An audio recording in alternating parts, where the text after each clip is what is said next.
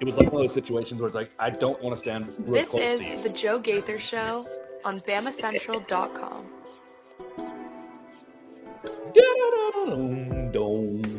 Welcome in. Good morning. This is the Joe Gaither Show right here on BamaCentral, BamaCentral.com. How we doing today? It's Thursday. We're live in the Derry Daniels State Farm Studios. You guys are checking us out on the BamaCentral YouTube channel. You're listening to us on Spotify, Apple Podcast, Amazon, the Joe Gaither Show on BamaCentral, wherever you get your podcasts. You can go ahead, subscribe, rate, review. I know all those buttons are in different places on different platforms, but it makes me so happy to see everybody who has subscribed, rated, and reviewed the show on your favorite podcast platform. We're also live on the Bama Central Facebook channel, on my own social media machines at Joe Gaither 6. You can always send us a comment, question, query, or complaint to the show right there if you want to get involved in the show. We're going to have a lot of fun today.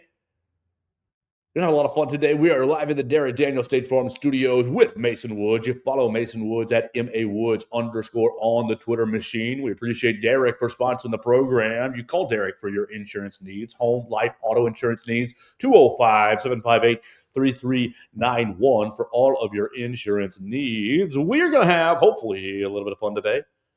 With you, with Mason Woods. We're going to talk about sweat. We talked to two offensive linemen yesterday and a defensive lineman. Well, edge rusher. You want to call Quay Russaw a defensive lineman, you can.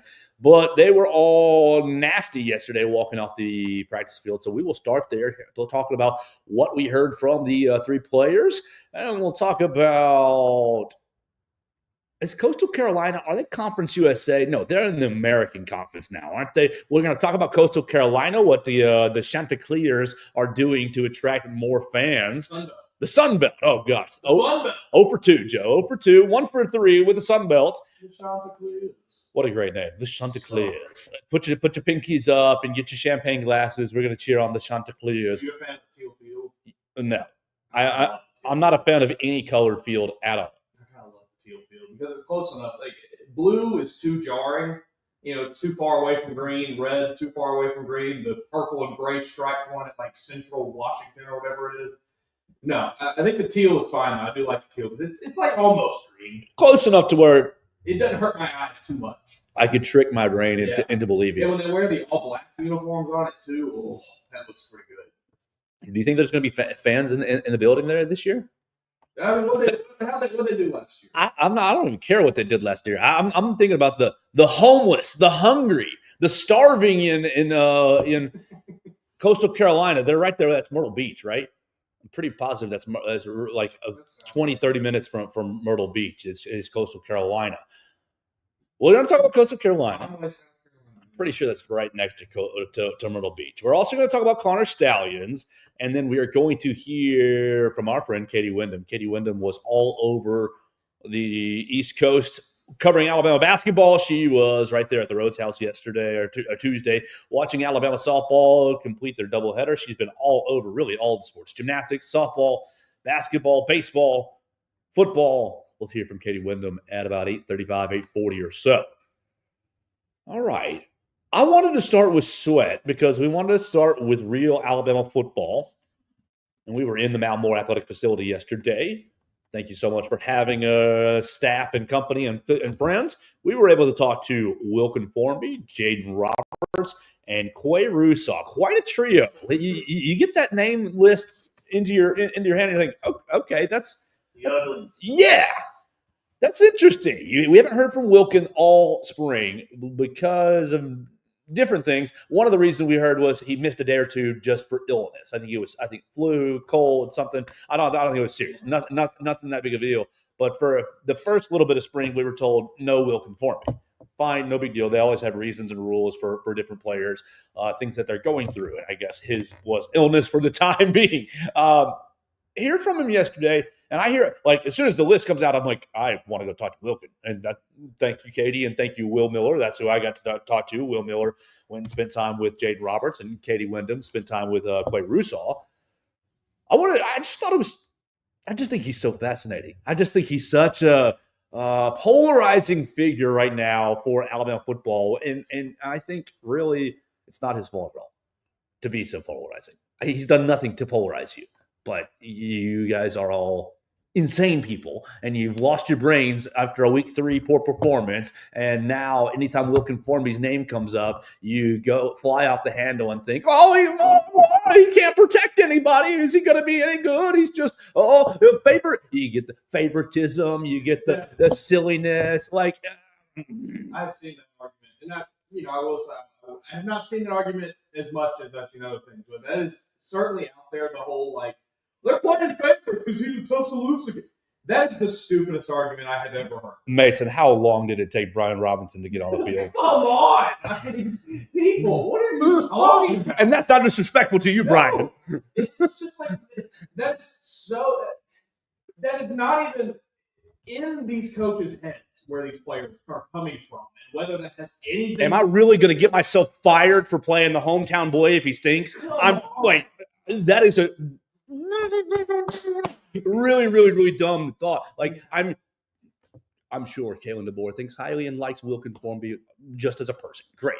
But Kalen DeBoer's wife, I'm sure, also likes Wilkin as a person and thinks highly of him, wants the best for him. But Kalen DeBoer's wife wants Kalen to be employed for another year, 10, 30, name your length. That's how long she wants him to be employed. He's not going to, I'm just coaching one of the highest level coaching jobs. I need to make, or I just, it's going to make him feel good. He chose to stay here. He didn't go to Ole Miss. He chose to stay here instead of going to, so we just got to play him. No, that's not the attitude. I do think Wilkin has earned this. He's so polar, and that's what makes him so fascinating to me. I think he's so polarizing, but is he any different than any other high-level recruit that comes to Tuscaloosa? Red shirts a first year, plays a little, has some spotty moments in a second year, and now is here for a third year, redshirt sophomore, and in line to like fully take a start. Like, is that any different than any other long term? High path we've not seen before. He's so polarizing, and I think it's just foolish. I think it's foolish. I think it's polarizing because of the hometown factor. I think he's polarizing because he's on the Taco Casa commercials. Which, why wouldn't you be on the Taco Casa commercials? Like, that does. Think for a second, people. I'm going to be on the commercial for my father's business, for my mother's business. Like, this is the NIL era. Great. Perfect. Duh. He's so polarizing because of the poor performance against South Florida, sure. And I think because of how well Elijah Pritchett played when he got subbed in to that South Florida game. But, folks, I don't think that any of that's an indictment on Wilkin. I think it was an indictment on Elijah Pritchett. It's an Elijah Pritchett in Nebraska now. Got himself a nice little bag. Great. Good. Awesome. Perfect. Hope you're great with the Huskers. No hate whatsoever for you. This isn't from a personal standpoint, but like Patrick Mahomes, But my thought is, you're sitting here last year, Wilkin might not be, maybe might not be. Elijah Pritchett has shown you all the physical tools, but you cannot get the man to plug in mentally. You can't get the guy to do the little showing up on time. It always felt like he was lacking the little detail piece. Exactly. And so he flips the switch in the South Florida game last year because, frankly, he's embarrassed, and you need to. And you're in the last 15 snaps of the game, so here you go, buddy, save us. And he does. Great for you. I don't think anything about last year's was, Wilkin, you just stink. You're not a good player. I think this is the natural development of an offensive lineman in college football. I agree with you. I think this is something we have seen. I mean, I don't know how many times. Am I just a fool because I saw him play at Northridge and because, like, when I see somebody for a long time, I start to, think the best of them and think better for it. I don't know. But maybe a little bit of it. I mean, sure. I think any of us have our own. I do the same thing with players that I see in person. I have a bit of a different opinion on them than players I haven't seen in person. So, there's probably a bit of a kind of bias there.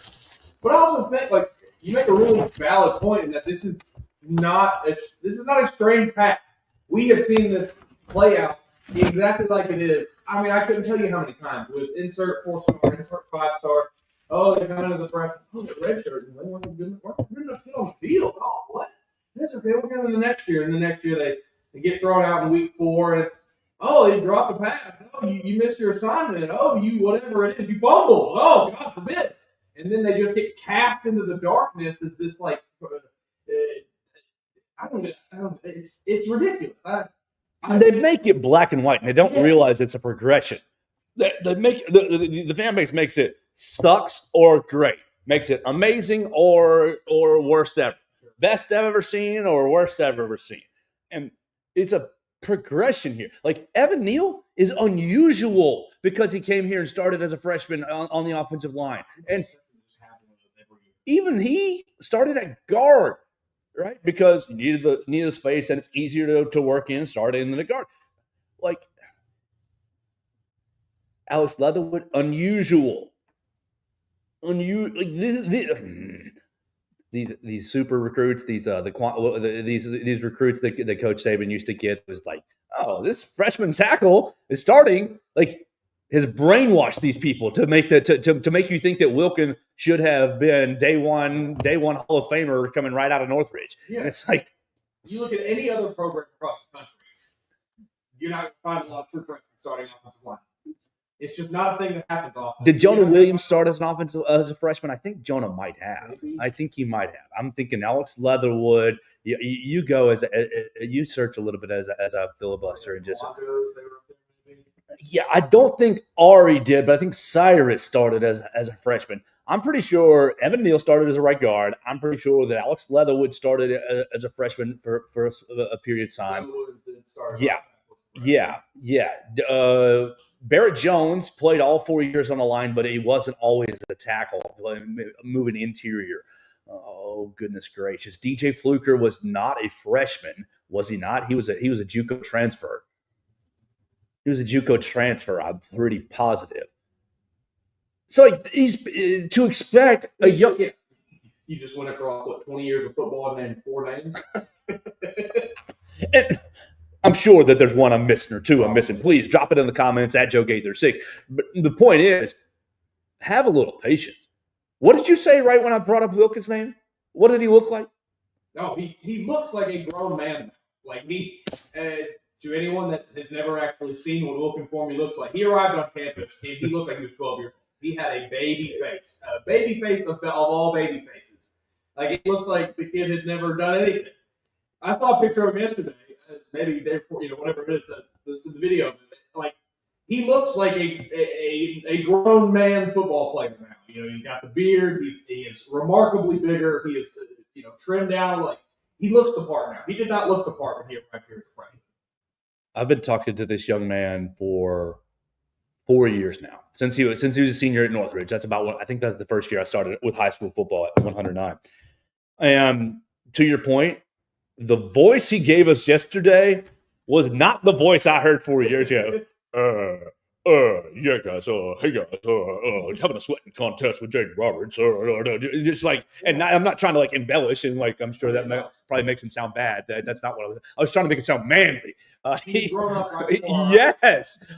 And speaking of growing up before our eyes, I do want to take it like the interesting. He talked yesterday about dealing with the fan nonsense, and people were asking about if he gets off social media, and he was like, "Nah, I'm not really on social media, but it was more direct messages." Dude, do not direct message these people.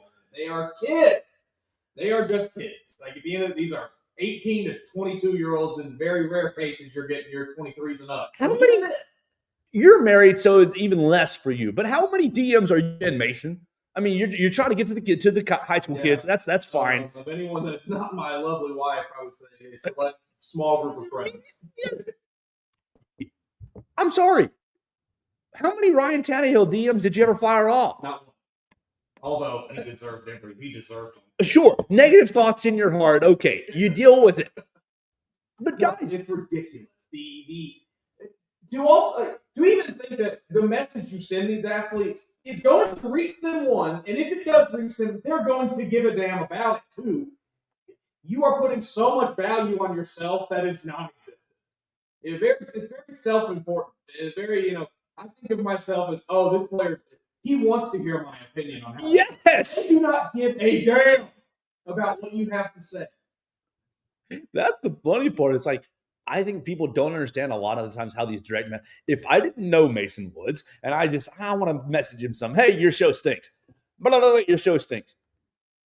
More often than not, it sits in this file that says requests, and Mason never sees it.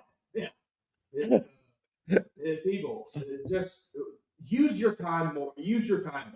You know, I just if you find yourself wanting to message a 19-year-old college football player because God forbid they fumbled or they dropped a game-winning touchdown, maybe just walk outside, take a couple deep breaths, get yourself a drink, just take it easy. It's golly, people. I will never understand the tweeting at, messaging, whatever it is, athletes to like tell them that they busted your parlay or something. That's even worse. Golly. It's like, do you not think I was trying? I was, it was me in the arena. It was my face in the mat. It was my face in the dirt. I didn't want my face in the dirt. I know you were comfortable in the stands, but the scars and scratches on my face hurt. Oh yeah. So he goes and basically says, "Oh, I learned how to manage that a little bit," and kind of seems like there's not even any question marks really at the right tackle position, which is fine to me, and I'm not trying to make one at all. What I wanted to go to, Mason, you're an offensive lineman. I did not play offensive line. Yesterday, when I was talking to Wilkin, and how do I say this respectfully? I didn't want to be near you, Wilkin. That's valid. No, that's totally valid. I still remember what I used to smell like. And I want to say that as a compliment. Wilkin leads his press conference off with, "Oh, sorry, guys." Like, basically right off the bat. And we're like, "For what?" And he's like, "Oh, sorry, guys. I'm just all nasty, sweating." And we see this. He goes, "Me and Jaden Roberts have a contest every day." And Jaden's like 10 yards away. We have a contest every day to see who can sweat the most. And we're like, that's exactly. He goes, "Well, we used to." He said, "We used to." He said, "We used to let the dietitians decide." But he said, "But now we do it when we do abs on the floor. Whoever's puddle is larger."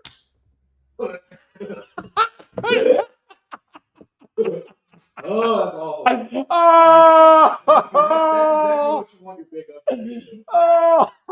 And I'm just like, I must take a step back. The poor intern that has to go in there and clean that up. You know, the poor student that has to go in there and clean up after them, wipe it down. Take a hose to the floor. Oh man, it's a Lysol wipe, buddy. It's the sweat is very real. Jaden estimated 10 pounds of practice. He said, I think about 10 pounds. I did obviously not play football at the level they are playing currently. You did? There were moments where, in the middle of... How many scholarships did you turn down? 0. I didn't get it. There was definitely times in like the summer where it's 98 degrees, you're out there at 7 in the morning, it's hotter than hell. And like you go in because we would have to weigh in before and after practice, and you weigh in, and you would lose 7, 8, 10 pounds sometimes of just pure water weight. Basically, that was not like a crazy thing. That definitely happened a handful of times. I had to get thrown in the ice bath once, getting overheated. That was fun. That was a good time. Shove ice packs up under your armpits, and then that was good. That makes me think about the Junction Boys movie where the kid died. Talking about the Bear Bryant days back in the Texas A&M, they had a kid in that movie. I'm pretty sure it's part of the story. That part of the story was true, where one of the Texas A&M boys passed away under Coach Bryant. I mean, it can happen. Heat exhaustion is a very real thing. I mean, like it kind of sneaks up on you where you just think, "Oh, I'm hot, whatever," and then you realize like I'm not sweating like I'm supposed to be. Next thing you know, you're lightheaded, and everybody's huddled around you with ice packs trying to cool you down. Good times. So let's talk about this offensive line, because they made it sound very solidified yesterday. Obviously, left guard still a problem. Still a question. Still a question. Wilkin was very forthright yesterday about these are things I struggled with. I struggled with the power rush a little bit last year, just certain things. And he said, "These are what I'm doing." He said, "I'm meeting with Coach Kapilovic. This is what I'm doing after practices." And he said, "Oh, me and Parker. Parker is personally working with me on my anchor." And so You're personally working with. right, I think that you obviously right now in spring you don't have a left tackle because Caden Proctor is limited / out. So you're looking at a bunch of freshmen, bunch of children playing left tackle. Who cares right now? That's fine. But like when you project for the spring. Oh, yeah, I don't want to fall into this trap again, Mason. Every off season for the last 4 off seasons, this offensive line gonna be good. This offensive line gonna be good. Gonna get after some people. And here we are. Like I was 2 feet away from you, Wilkin, and yeah, you would block the heck out of me. You would block lots of people into the dirt. And Jaden Roberts looks like somebody I don't want to tangle with at all, and I wouldn't know who would want to tangle with him. But the last 4 years we've done this dance. In the last 4 years, it's been, Bryce Young winning the Heisman, running for his life. Oh, can't get a traditional run game going without Jalen Milroe. So where should I settle? That's my that leaves me here. Where should I settle? I think a good place. Second year, Chris Kapilovic. That's thumbs up. That's great. I think there's a lot of positive signs pointing to this offensive line having a good season. I think it is, maybe just go in with low expectations and be happily surprised. You look at last year; they were not on whole. What would you give this offensive line last year? C minus? No, better than that. But C plus, B minus. No better than a B. Really? No better than probably 83 at the tops, probably 75 at the lowest. Sure. Not good enough to get to the college football playoff. We'll say that.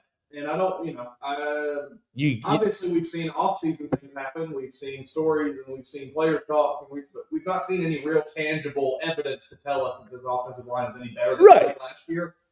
So I think going in with a similar baseline expectation of what you saw last season, which, would be, they'll probably be okay. They'll be above average, but they're not going to wow anybody. And then, hey, if they come out, and you dominate Florida State week 1, that might be pretty impressive. And then you go on and let's just be pleasantly surprised. Hopefully. I think if you go in with lower expectations, you can't be disappointed. I think it probably hinges on the tackles.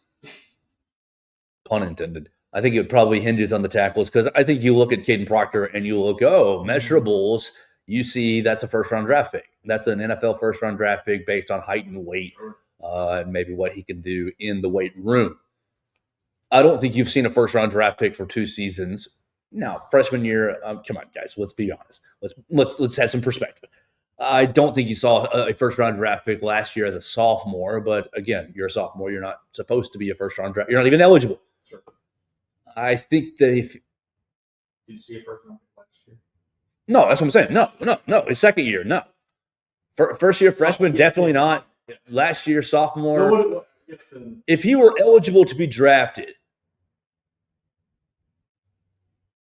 Third or fourth rounder, third round, and only because of how valuable the position is. Right. You're looking at every turn for a left tackle.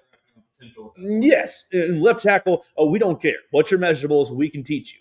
I think that he probably, and you're probably getting the one person who's listening thinking, Joe, you're crazy. He's a first rounder. I mean, he might be. He could be, but he's got a step forward in his game to me. And I think he can do that.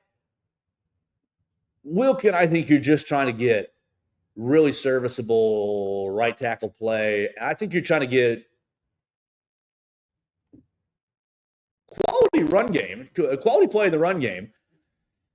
I think you're hoping that Wilkin gives you 2 years, is not flirting with an NFL draft at the end of this year. I think if he were flirting with the NFL draft and took a step up in his game, he would probably be a third rounder in 12 months. Yeah, that feels pretty fair. But if Proctor does nothing 12 months from now, I think he's probably a third rounder. Yeah. I think that Formby has to definitely take a big step forward to get up into that. But he can. I think you're hoping. I think if you're in Alabama, you're hoping for a step forward 1 through 5. You're hoping for Olasa Lennon / my man from A&M. Cam Dewberry. Dewberry, thank you very much. You're thinking about Cam Dewberry / Olasa Lennon playing left guard. and you're hoping for Caden Proctor to take a big old step forward, get himself as a first-round draft pick. You're hoping for Parker Brailsford to play just like he did last year, maybe a hair better. I think Parker was really good last year. And he will end up being a second-round draft pick probably just because of the position. Right. And then you're looking at, okay, Jackson Lloyd, you're moving into left tackle. You keep Wilkin right there at right for his senior that would have been his redshirt junior year, which we're projecting into 26. And you've got yourself okay. By that point, Jaden Roberts has moved on, and you're moving in Micah DeBose, Michael Carroll right there into that spot. I am encouraged by what I see in this position group, but I'm also like hearing myself for the last 4 years talking about potential, and not seeing some of it pan out. It's been very exhausting to talk at length about. It's going to be a great offensive line, one of the best offensive lines we've seen, only to get into the regular season, like you said, for now, 4 years in a row, and it being mostly a disappointment compared to what the expectations were. Not to say they've been horrible. You know, we graded them. I mean, you're right in that kind of B range. You're above average, but considering the talent you have, right, and where you're trying to go too. Yeah, that's the issue. You could not get a traditional run game at all last year. It was horrific, and I don't know if that's was Nick Sheridan's fault, Jalen Milroe's fault, or the 5 offensive linemen's fault, or everyone together collectively. It was just drove me nuts. You can cry about pass protection all you want. That's fine. Run the football. Run the football, please. Like basics. All right, Mason, we got to get off the offensive line. We're going to have Katie join us in just a couple of minutes, and I have 2 topics that I want to throw at you that are not really that deep, but interesting to me. Coastal Carolina is offering free concessions at football games this year. Greg. Hey, Greg, can we get this story on your desk? Doctor, sir, president, father, whatever respectful title you want, Greg Byrne, athletic director, please look at this story. Now, I don't think we'll ever do this at Alabama, but this is crazy. Is there a limit? Yeah. You get nachos, hot dogs, fountain drinks, and popcorn are on your list. Limit 4 items per trip. Come on. Per trip. I go past the hot dogs back to mom and the kids, and I go back to the yes. I'm coming out of there with like 8 sets of nachos. I mean, I am eating a 12-course meal at the Coastal Carolina football stadium. Yes, exactly. You're thinking about, and all of this is to get butts in the seats, right? That's all it is. We want to get butts in the seats or Look, how nice we all talk about it. Oh, I can see better in my living room. I got my snacks in my living room, in my kitchen. Oh, my bathroom is 2 steps away, and no line and no nastiness in the bathroom. Like, that's what these athletic directors are battling first, and then it's really expensive to take a family of 4 out to the game, and and it's parking and it's concessions, and my 4-year-old's gonna be hungry and gonna throw all the popcorn on the ground, and I'm gonna pay $12 for a popcorn. My 4-year-old's gonna eat 3 kernels of it, and I'm gonna be angry. Like, I'm sorry, this is taking the Atlanta Falcons playbook to the 10th level, and I love it. Yeah. What's the cost of hot dogs, popcorn, soda? You're putting nacho chips on a tray, and the squirt of the nacho, like a gallon bag of cheese. I love it. I think it's great. I think it's awesome. Obviously, I don't know what the actual finances are, but they're doing it. So there's no way that they're losing that much money on it before it's really going to affect them horribly. I'm sure if they start getting, a crap ton of butts in seats, this will probably change. But this is a good way to get people into the stadium. It's awesome. I think, I love the idea of just like, you're just looking for an easy, cheap sporting event to go to. Like, this is perfect. Go to a Coastal Carolina football game. Obviously, for many of us and our listeners, sure, will be out of town. But for anyone close to it, if you ever have the opportunity, like, it seems like it's a pretty fun thing to do. Oh, man, I love this so much. Okay, not that one because that's at South Carolina. Coastal Carolina, Charleston Southern at Coastal Carolina. This looks like the season opener. Yeah, September 6th. $28 each. $28 tickets. right there for rows 1 through 5 right there, $28. Let's keep going a little bit. How many tickets for you? Eastern Carolina.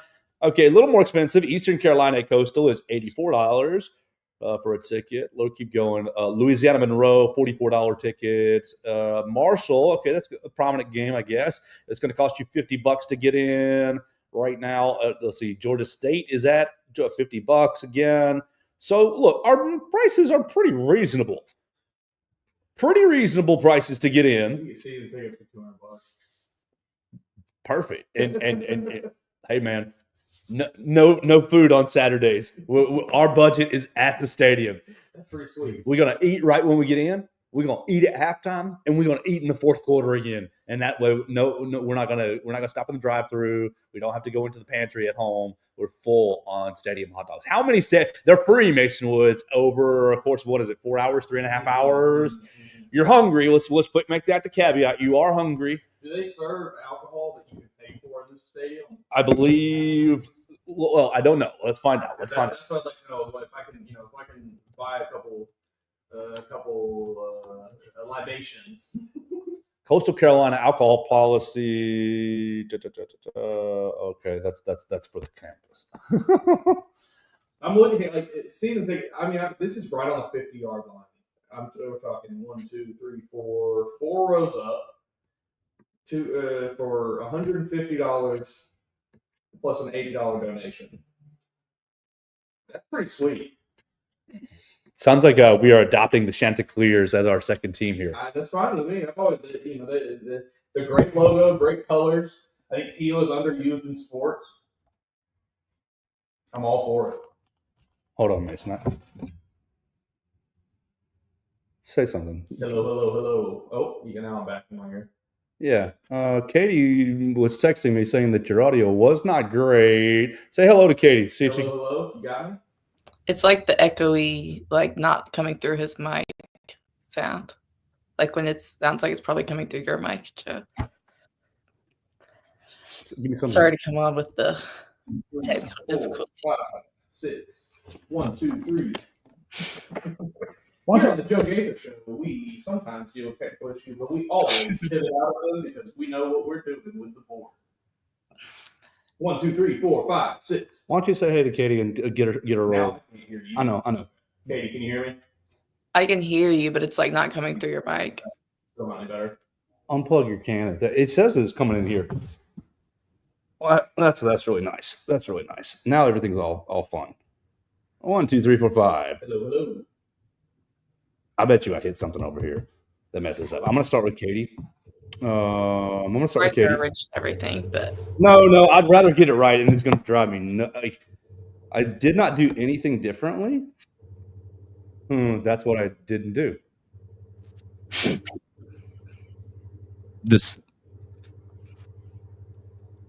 The old sticky note. Yeah, Katie was. There you go. He's back. Here we go. Roll Tide. I'm literally going to kill myself. We gotta get like a whiteboard. I do this on the wall. I do this. This is like the 5th time in like 2 weeks. We need a big neon sign that says "Hit the button." Katie, I have this sticky note right here for the reason that you just said. Thank you. Well, first, okay, perfect. All right, look, We're rolling now. clean slate. Katie Windham saves the show. You follow Katie Windham at Katie Windham _. This is the Joe Gaither Show on BamaCentral and BamaCentral.com. We just did a bunch of hooey about Wilkin Formby Sweat and Jaden Roberts Sweat of the Alabama offensive line. Golly, I'm really, really agitated at that. So we want to say hello to Katie and welcome her on the program. And we want to ask her where or what was the experience for the NCAA tournament that stands out to you off the floor. Obviously, you were in Cleveland, seeing Alabama win the first 2 games, Robert Morris and St. Mary's. Then you saw Alabama win against BYU up in Newark and lose to Duke. So how was the time covering the Crimson Tide in the NCAA tournament? Honestly, it was a good time in both places. I felt like I was in Cleveland for forever because I was there from a Wednesday to a Monday, I think. But never thought I'd be in Cleveland that long for any reason. But it was. I wish that baseball would have been in town when we were there, and I know Will Miller wishes that as well. He did. I don't know if y'all heard. Tried to get a little peek in the stadium and got quickly removed. So off the court highlight was probably New York's one of my favorite cities in the world. My family loves going there. So we stayed in New York, and my sister got engaged on the day in between the games in Central Park. Congratulations. Yeah. So obviously that was fun. And then also getting to see some Broadway shows was pretty fun. Got to see The Outsiders on Friday night. I think it won Tony for Best New Musical last year. So it's kind of one of the. I'm very The Outside. Is this based off of the book that I read in middle school, The Outsiders? Yes, I think so. I'd never heard of the book, but fantastic. A middle Pony grade. Boy? Yeah, Pony Boy. Oh yeah. Great book. And then on Saturday we saw Sunset Boulevard because Nicole Scherzinger's in it, and it had gotten really rave reviews from some people, but it wasn't really my family's cup of tea. I liked it. The rest of my family really didn't. But she was incredible. That was The Outside. Incredible, but it was a little different. I don't know how it just presentation. It's a darker story, so. Which there's a lot of dark stuff in Outsiders too, but it was a fun trip. Did they hit the line "Stay Golden, Pony Boy"? Oh yeah, that's the best. I think so. That's like one of the songs, actually. Yeah, I think that was like I was the class example of like middle school kid that you give me a book to read, I'm not going to read any of it. But for whatever reason, I decided to read that one in like 7th or 8th grade, and it has stuck with me all these years. It's a very, very good book. I want to go read because I'm a big reader. I want to go read the book now after seeing the show. There's a good movie about it with Emilio Estevez as well. See, the movie apparently isn't a musical. It's just a movie. And my parents watched the movie before we went to New York, and they said it was just like very slow, the movie.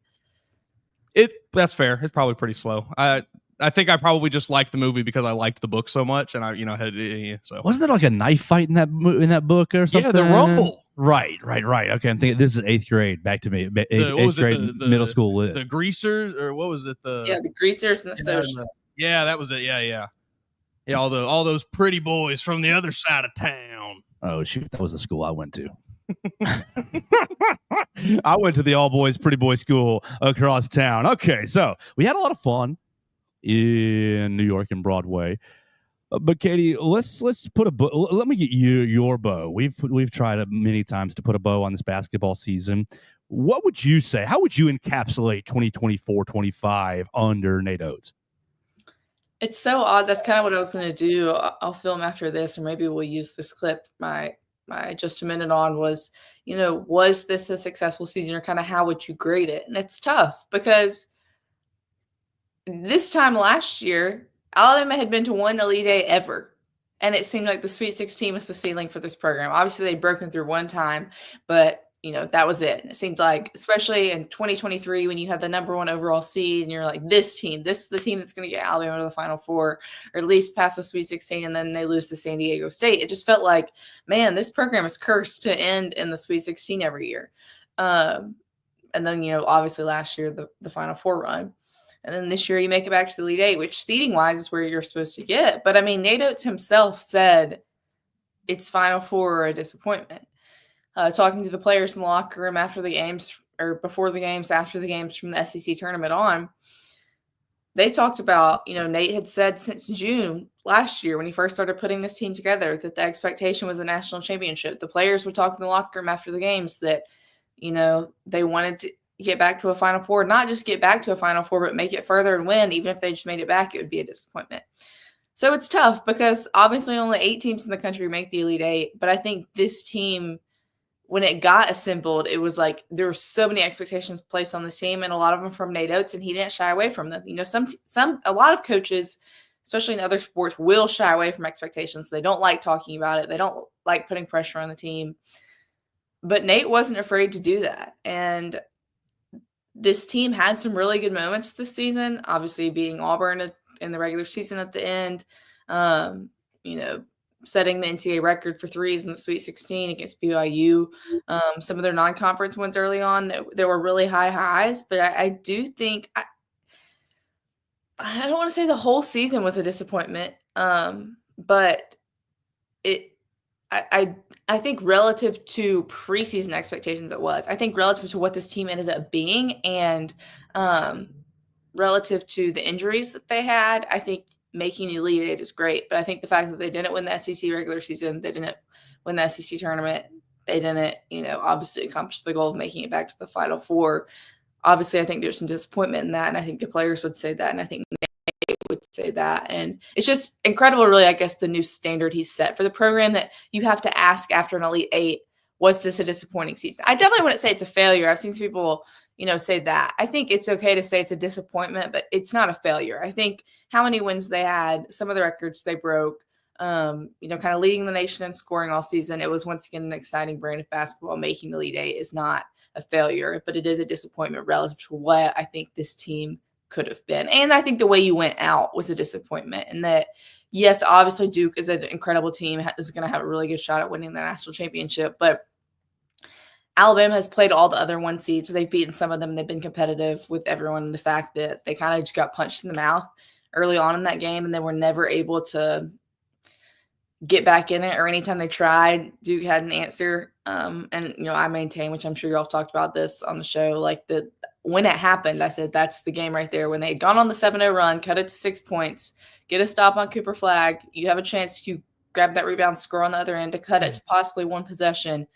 And not only do you not get the rebound, you let them shoot a 3, and just like that, you're down 9 again. And that was kind of if that was going to be your moment to cut into the lead, that was it. And then, or even, they're still down single digits at halftime, and then they come out, and I think they outscored Duke the first media timeout just 8-6. And so I was like, okay, maybe they're, and then it just, no, Duke was just too much. And so I think there is also a little bit of disappointment in how they lost, and the season ending in a kind of a blowout loss that they were never in the game.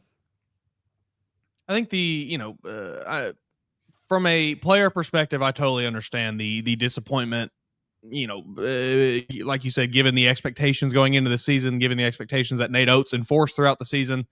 But I think that, a lot of fans should just be happy. Like you said, the where this basketball program is now, we are debating whether or not we should be disappointed over an Elite Eight berth. Like, for the players, it's a little different. You sat out there, you worked hard, you fought. None of these fans did any of that. Let's just be happy with where we're at. I stressed. All my fingernails are gone. That's on you. That's a you decision. Man, it's just, you said it perfectly. What Nate Oates, where he has taken this basketball program, is incredible, and we should all just be very, very happy that we are debating whether or not we're upset about getting knocked out of the Elite Eight. On that, and to get you to set it back up to you, Katie, what did your father say, who has lived through this? Yeah, I think, I felt bad because, since we stayed in New York, transportation was a little bit of a issue of trying to catch the last trains from New Jersey back to New York. And so he had to wait for me after the game on Saturday, just so I didn't have to brave the New Jersey transit by myself, which I would have been able to do. But actually, at that time of night, it does get a little suspect in the bowels of the New Jersey transit. But anyway, so kind of when we were debriefing after the game, it was super late, and kind of his hope going into the game was just that it wouldn't be a blowout. I asked him after the BYU game, can you believe Alabama is gonna be back in the Elite Eight? Because he was in college when they won the SEC tournament every year. I think they made the Sweet 16 2 out of his 3 years, and it also kind of felt like a curse. And so I think he was overall happy with the Elite Eight. I think he didn't necessarily have expectations that they were going to get past that. He'd had a hotel booked in San Antonio since I think Alabama got Cliff, but I was able to pass it on to some Auburn fans this week, I think.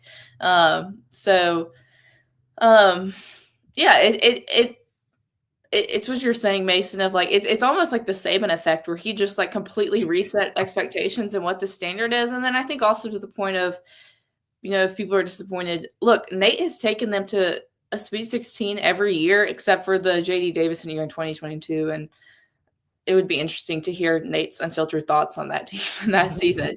But a lot of coaches can put together good teams, and then they completely fall apart anyway in the regular season, or much less cannot have tournament success. Even look at, not to throw shade at Auburn, because obviously they're sitting in the Final Four this year, but this is just the second time Bruce, and how many years has he been there? 11, 12? Auburn's made it past the first weekend under Bruce. Like, he has not been able to get Auburn to the Sweet 16 besides the last Final Four year, which was in 2019, and then this year. So it's like the consistency Nate's had in not only putting together good teams, getting to the postseason, but getting to the second weekend, I think is something that, the meme of I used to pray for times like this is like how most Alabama basketball fans are feeling, that like this is becoming regular, this is becoming a disappointment. And it's like, but it's not really a disappointment in the grand scheme of things. I think really last year it was kind of that Alabama team had such low expectations, momentum heading into the postseason. Like, they'd lost so many games towards the end of the regular season, got blown out by Florida in the SEC tournament without winning a game there. And so I think a lot of teams had kind of like tentatively stepped back from that team. And then they just like shocked everyone in the postseason. And so it was like this huge thrill. Anytime Alabama made the Final Four was going to be a huge thrill. But in that specific circumstance, I think it was. And so I think this year, just because of preseason expectations, it's a little different. But I think if you're a longtime Alabama basketball fan like my dad is, I think you are overall. You're happy with this season. A little disappointed that it doesn't end in the Final Four. But, I think it's another good step for this program. You're one step short of a Final Four, which obviously with this roster they assembled, that's what you want. But also this roster they assembled, it's not like it was a super high-end NIL budget roster. It was, some guys were getting paid a lot, but overall it's not like it was this mega team like Ohio State had in football or like some other programs are building and just pouring excessive money into basketball, which that's going to be something interesting to watch moving forward, is how much does Alabama spend on a basketball roster, which I don't know if we'll ever know, completely transparent numbers. You hear all sorts of things. But I think that's another challenge that Nate's going to have to kind of overcome, is that Alabama is going to be a big spender in basketball, but not the biggest. But football's the same way. So we're hanging out with Katie Windham. You can follow her at Katie Windham _ on the Twitter machine. She's covering all things Crimson Tide for Alabama Crimson Tide on SI. Something just happened in my ear with it, but that's okay. Right there for Alabama Crimson Tide on SI, right for us at BamaCentral. As we move on from basketball, men's basketball, obviously we've got fallout. Hunter will be left with, there we go. Hunter will be left with, something just happened. Hunter will be left with the transfer news. We've been debating Rylan Griffin, if we want him back or not. We've been kind of noticing what we're going to see with Corey Chest or some of these other players. You got Noah Williamson, who's already transferred in. Katie, I want to transition with you to football, to spring football, because that's where we're going next. We've got Alabama's A-Day/practice next Saturday. You were with us in the Mount Moore Athletic Facility yesterday. Mason and I have been struggling pretty hard through spring practice with what is a good storyline to talk about. What's an approach? Because I don't like selling. I don't like just drumming up false narratives. I don't. And so I've been having a hard time selling a quarterback battle. I've been having a hard time selling, question marks on the offensive line. And I've really been having a hard time selling question marks on the defensive side of the football. So you're the expert for us at BamaCentral. What are you looking for with spring football as you've got, 6 months until it really gets going? Well, man, I think those all are valid question marks, like the quarterback competition, who's going to play where on the offensive line, especially this spring with injuries, and then, who's filling in on defense, especially with injuries. But the thing is, we don't have the answers to those questions because we're not given enough access to see, and then we're not going to be really with whatever format they give us at A-Day. So, yeah, this spring I feel like has been really tough from a media perspective of just like, and it's not that Alabama's like withholding anything necessarily or it's less access than we have had. It's just like in the spring, there's just when you can't see anything of this team, you're almost just going in blind to every press conference. When first of all, you don't even know ahead of time who you're talking to. So it's not like you can uber prepare. And then you haven't seen anything since the last time you talked to these guys. So what is there to talk about? I think, depending on what they do for A-Day, maybe that'll give us a little clearer answer on the quarterbacks, and it's so hard to know what to believe because you really hear everything about, this guy's leading, this guy's definitely out. My thought has been since before spring started that it will be Ty Simpson. At least it'll be Ty Simpson to start the year. And it's sorry, Nathan. Not even necessarily because I was talking about this with somebody yesterday. What Ty Simpson has done in staying at Alabama is unprecedented, and really for a quarterback at almost any time, but much less in this era of college football with the portal and with how much a guy that's got a scholarship at Alabama can get an NIL to go play somewhere else. But I don't think that this staff necessarily feels like they owes him any sort of loyalty because they didn't recruit him here. You know, they weren't here for the first couple of years of his development. Obviously, this is now their second year with him. But if he gets the job, I don't think it'll be out of obligation. I think it'll be because he's the best guy. And, you know, you hear the argument all the time about Alabama's quarterback situation obviously wasn't ideal, the last couple of years. And I think people think if Ty couldn't beat that out, then he must not be good. But I think Alabama's quarterback situation was very unique the last 2 years, especially last year with, I think Kalen DeBoer was kind of had his hands tied behind his back a little bit. But I think in that regard, this season, if, Ty gets the job and it's not working out, I don't think there will be any reason to be loyal to him and that they will make a change, like for truly whatever's best for the team. Not that I'm saying I don't think last year's coaching staff wasn't trying to do what's best for the team. I think maybe what was best for the team, I don't know. Y'all all know what I'm talking about. I think we know what you're getting at. Like it was last year, you had a much different dynamic between Jalen Milroe and the coaching staff, and now Ty Simpson and the coaching staff. Well, I think it's a matter of do you disrupt everything for minimal win gain, or keep I think the coaching staff played it correctly. We've talked about it a bunch throughout the spring, the spring and off season. All right, so we've got football activity next Saturday. Let me just get your perspective on. I don't want to poison the well. I'll just ask you, what do you think about the changes for 8A, and like what do you make of? Hey, we're changing 8A. I think it's pretty lame, but I mean, it's not like it's just Alabama that's doing this. So, I mean, I guess at least there's still, it's free to the public. The stadium will be open for people that don't maybe necessarily get to come in the stadium a ton and see the team up close.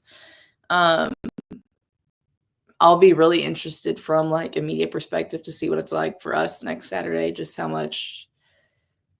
In a way, it'll be nice because then we won't be sitting there trying to like cover a game like we normally would, like because there won't be a game to cover. Like obviously, it was always a scrimmage, not like a real game, but there was still Team A versus Team B, Crimson versus White, like real, first, second, third down going on. So yeah, I mean, I don't love it, but it's also not, I don't think, the end of the world. It's not like there's people that are just like spring game diehards every year that are like, this is like the highlight of my life. Like I live for the spring game. Like I think it's if you're a diehard football fan and don't care at all about other sports, it's probably good because it gave you a kind of your taste of football before we go into the off season. But yeah, it just is what it is, and something I think we're gonna have to get used to. I think that we'll see more football. I think so too. I think we'll see more of what we want to see from a media perspective, rather than, how valuable. Sorry, Dylan, but how valuable were the Dylan Lonergan reps last year in 8A? And it ended up not being worth anyone's time because of the transfer portal. I think you'll see the quarterbacks getting more reps. I think it'll be a faster pace than a traditional game, and I think it's going to work out better for us. We'll see. I like the positive view of the optimism. Yeah, well, I just think that you can throw them in, get your units on the sidelines, throw them back out there. I think there will be some live elements to it, but it'll be largely like a lot like a practice. I mean, I still think they're not going to show us anything they don't want us to see, if that makes sense. I mean, that's kind of like that's true. This is very true. No Danny Lewis, superstar Danny Lewis and Caleb Edwards. Caleb Edwards, Edwards. Or like they're just gonna like if like the first quarterback drill or whatever they do, if it's like Ty first, and everybody's gonna be like, oh, Ty's number one. Then like the next time they're in through the drill, like they'll have Austin Mack second or Keelan Russell or whatever. Like I think they're gonna, they love kind of. And this, because it's open to the public, won't just be like directed to the media. It'll be towards like anyone across the country that's what they don't. Which not that it's going to be on TV, but I'm sure stuff will get posted. I think they still haven't sent us specific media policies for 8A yet, right? So Right. it'll be interesting to see if they kind of what the video policy is, what they say we I'm gonna can be and can't sitting there on the do. 50-yard line with my camera, just going back and forth, Yeah, wow, and get myself in big trouble. have something against that. Yeah. I think that would be a big no. We Yeah. hope you are all in Bryant-Denny Stadium on April 12th to watch the 8A. If you're not in Bryant-Denny Stadium, maybe you will go to the Rhodes House on April 12th. Katie Windham has been, God, I don't know how you juggle all of the sports: men's basketball, gymnastics, softball, spring football, really everything. And also another job on the side as well. Oh, and I'm planning a wedding as well. So just dealing with all kinds of things, Katie Windham. Tell us what's your thought on softball. You've been a little bit out of the loop just the last 2 weeks with softball, but still watching. You were there on Tuesday.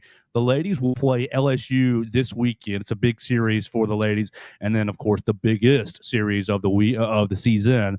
Alabama bringing Oklahoma into the Rhodes House. What's that? April 12th weekend. So just what are you feeling on the softball team? You got your first SEC series victory last weekend.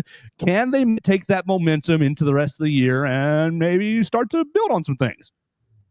Really, I should have you cover softball more, because if they win, I never saw them win an SEC series last year, because I think we were in Phoenix for the when they swept Ole Miss last year, which was the last time they won an SEC series. But yeah, I mean, it's huge that they got that win. The thing about this team, and I think people that either haven't watched all year or just see the box scores or whatever, is like, hey, great example is the Sunday game.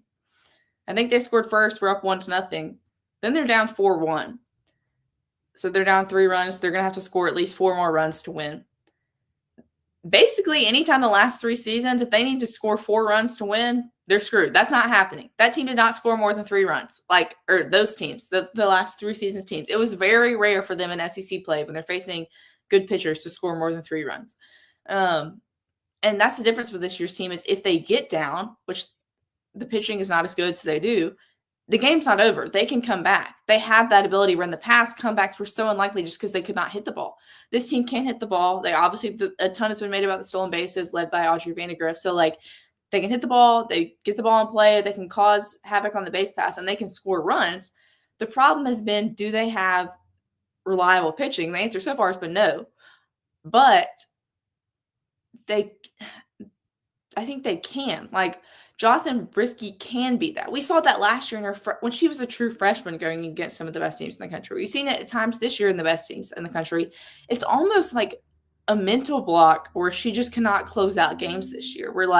Because I think it was Sunday when I landed, Alabama was up, 8-4? And so then the screen on the plane, or the live TV stopped working because we had landed.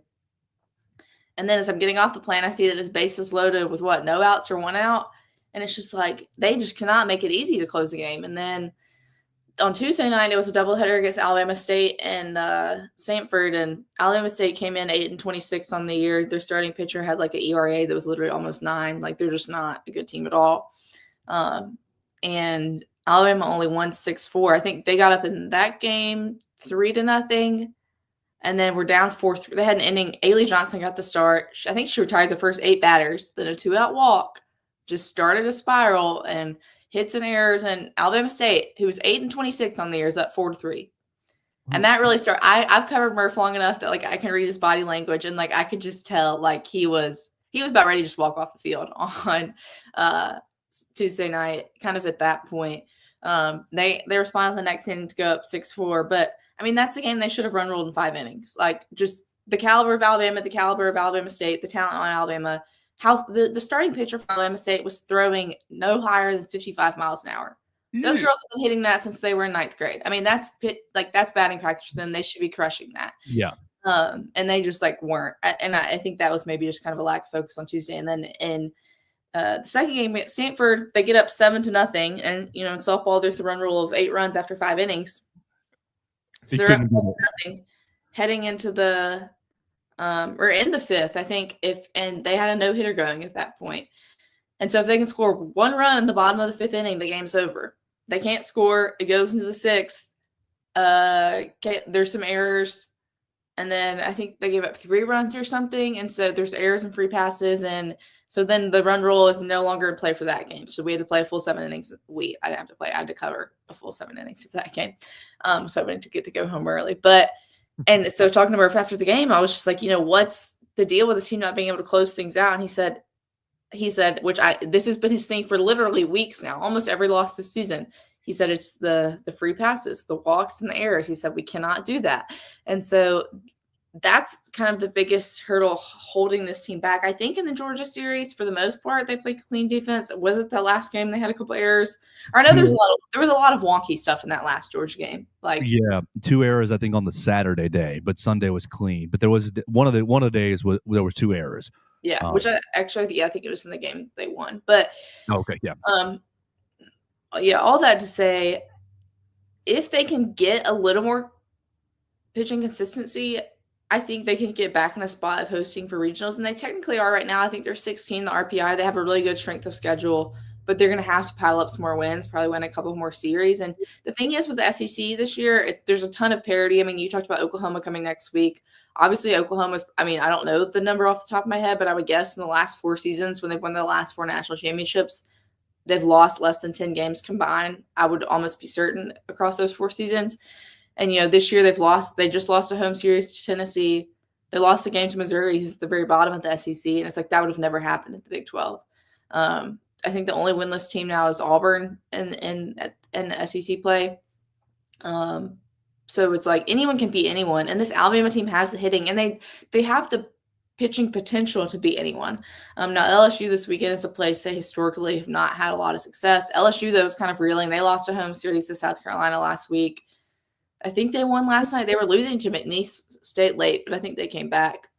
So I think they've got to win at least one this weekend. Obviously, ideal would be to win the series, but I think they've got to win at least one. And then next weekend, you cannot be intimidated by Oklahoma coming in. And it's a great opportunity at home. Oklahoma has shown this season they're beatable, they're fallible. They really need to win that series at home next week. I don't know if that's fair to say, and Murph hates the word expectation, so I'm not going to put that on them, but it's a huge opportunity at home. And this team, if you've been turned off from softball the last couple of years, if it's frustrated you too much to watch, this team, in my opinion, is more enjoyable to watch because they do score runs. And it's not every inning 3 up, 3 down. People do get on base. Things do happen. You may just have to deal with a little bit more back and forth games because it's not going to be your Montana Fouts going out there throwing 7 innings, giving up 0-1 runs. That's just not what this team is. It's constant pitching changes, but it's at least a little more exciting and competitive, I feel like, and they're kind of in every game with a chance to win. It was my first in-person experience with Audrey Vandergriff since she's been on campus. That young lady is worth the price of admission. That is the definition of an athlete right there. I'm very impressed with watching her play. Yeah, for Tuesday she didn't start the first game. I think just because Alabama State is so bad, he was no disrespect to them. So the record is not that good. They're not overall. I shouldn't have said they're so bad. They're not good. They've struggled. So he had a different lineup for that first game, I think, to kind of give some players the last opportunity to prove themselves as Alabama's entering the home stretch. With I think their only non-conference game left is at Alabama State. They don't have any more home non-conference midweek games left. So it's kind of girls' last opportunity. Okay, show me what you got. Will you provide something valuable in the lineup the rest of the season, or you? And some girls did not answer the bell. But Audrey was not in the lineup for the first game. She was in the second game and got on base all 4 times, had 3 more stolen bases. I mean, a bunt single is almost automatic for her, which that's the thing Alabama has been missing the last couple of years, is somebody that could just consistently get on base. But she also can swing away, hit for power. Like it's not. She's not a one-tool athlete. She has them all, and so that's obviously valuable to have at the top of the lineup. She's been a breath of fresh air, and she definitely was over the weekend for me watching the games. Let's start to round you out. We're hanging out with Katie Windham, and we appreciate her time right here on the Joe Gaither Show. You follow Katie Windham at Katie Windham _ She's covering really every sport of the capstone for BamaCentral, Alabama Crimson Tide on SI. She's leading all of our coverage for BamaCentral. We appreciate her time. One more sport that we haven't really talked a whole lot about, but it is postseason time. I'm in Coleman Coliseum yesterday writing something up for football, and it's all decorated for NCAA regional / tournament for gymnastics. I know the gymnastics team has not done has not lived up to the expectation that we were hoping for, but they're still there in the postseason. Give us kind of an update for people who have not paid attention to gymnastics, where they're at, and kind of how this season is kind of landing. Yeah, so gymnastics regional sites are determined preseason. It's not based on seeding. So that's why Alabama's getting to host. It's not like baseball or softball or women's basketball where if you're a certain seed, you get to host. Like the 4 sites are predetermined before the season, and Tuscaloosa is often a host for gymnastics just because the size of Coleman and kind of the history of Alabama gymnastics. Which one of the hosts is Washington this year, and they didn't even make the NCAA tournament because their NQS wasn't high enough. So that's kind of a bummer for them the hosting sites aren't based on seeding, but no matter where you get seated, you go to your host site, if that makes sense. Because obviously, if Tuscaloosa is hosting, it wouldn't make sense to send Alabama to Seattle, or I think Penn State's one of the other hosts, or maybe it's West Virginia or something, or wherever it is. So the seating gets slightly rearranged depending on who's hosting, but that's why it's in Tuscaloosa, not because Alabama was great this year, because they weren't.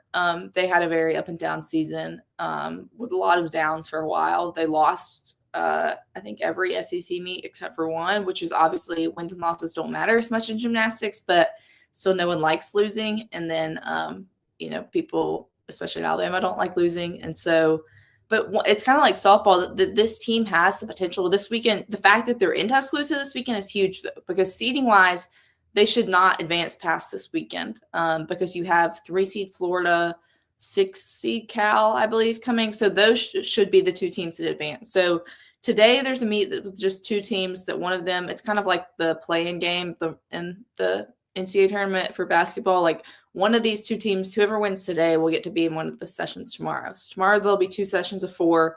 2 teams will advance from each session to the regional final on Sunday, where 2 teams will advance to nationals. So chalk-wise, it should be Florida and Cal, but because you're at home, you have the crowd behind you, it's your equipment you're familiar with.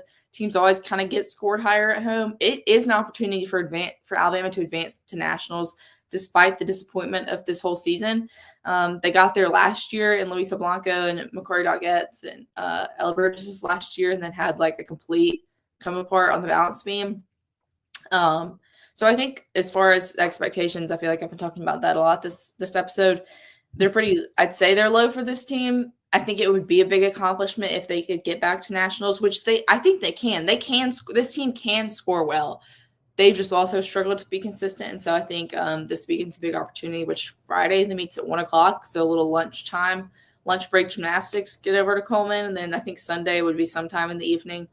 But they should for sure advance out of this first session, because you're going to get teams that just don't have a high scoring ceiling. So unless you have a meltdown on beam or something, you should advance out of this first session. And it's kind of like you're going against teams that are their scoring potential is so low that, like, even if you have to count a fall, you still could maybe advance.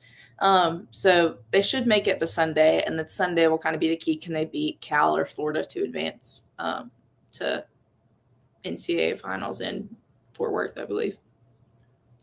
Well, we know that you will be all over it. BamaCentral.com. Katie Windham, you follow her at Katie Windham _ really covering all the sports at the capstone, but football, men's and women's basketball, softball, gymnastics, really everything. Katie Windham is all over it.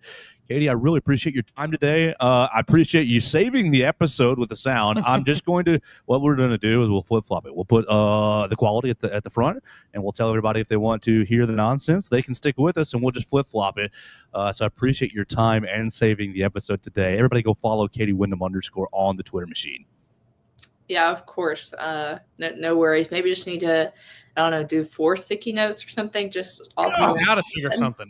That's exactly what this is here for. Dummy. Oh, well. Thank you for your time, and we'll catch up with you very, very soon. Next Thursday, we want to talk about. Yeah. We had talked about it weekly, and then the NCAA happened, and tournament happened, and you were traveling, and that just kind of threw a wrench in everything. Yeah. Next Thursday should be good. Sounds good. We'll talk to Katie Windham next Thursday. That will be right on the precipice of Alabama and Oklahoma. And 8A, we'll have a little bit of update. We will know if gymnastics has made it through regionals or not. So it's going to be a lot of fun. We'll talk to Katie Windham next Thursday. Thank you so much for your time, Katie. Have a great day. Thanks, guys. Absolutely. That's Katie Windham joining us. And we want to do a little maintenance here to make the episode work. So what we're going to do is tell you guys, thank you very much for listening to us. The Joe Gaither Show on BamaCentral, BamaCentral.com. Thanks to Mason Woods. Oh, gosh. All right. We had a lot of fun. Here's what we're going to do. This episode's going to be presented with Katie Windham up front. So when you hear this jump scare, we're going away and we're going to play the first 30-ish minutes of the episode right here, where our microphones. I hate myself for this because it just really ruins the rest of my day. Our microphones were not dialed in exactly right. So the first 30 minutes of fun were a little bit sounding like we're in a cave.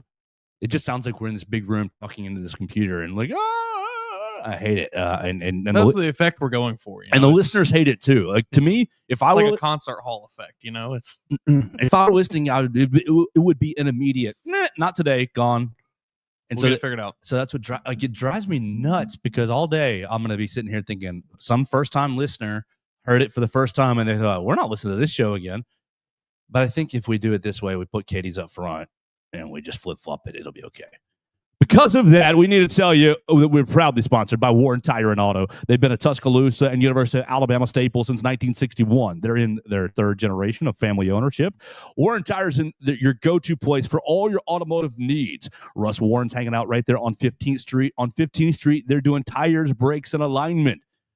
You want to make sure your tires are right, your brakes are right, and everything is aligned just right. See them on 15th Street for new tires, brake work, and alignment, or see them on University Boulevard for front-end work, for electrical, for engine work, oil changes. You can call them and set up your appointment today. 15th Street at 205-759-5505. University Boulevard, 205-758-2739. Two great locations to get you in and out and back on the road. Warren Tire and Auto, the premier place for all your automotive services. You follow Mason Woods at MAWoods_. We're getting out of here for the day. We're turning it over to the initial part of the episode that we messed up audio-wise. And so we hope you enjoyed that. If you stick with us for this part, great. If you don't, I really, really don't blame you. We'll talk to you tomorrow right here on the Joe Gaither Show. Oh, 2 seconds real quick.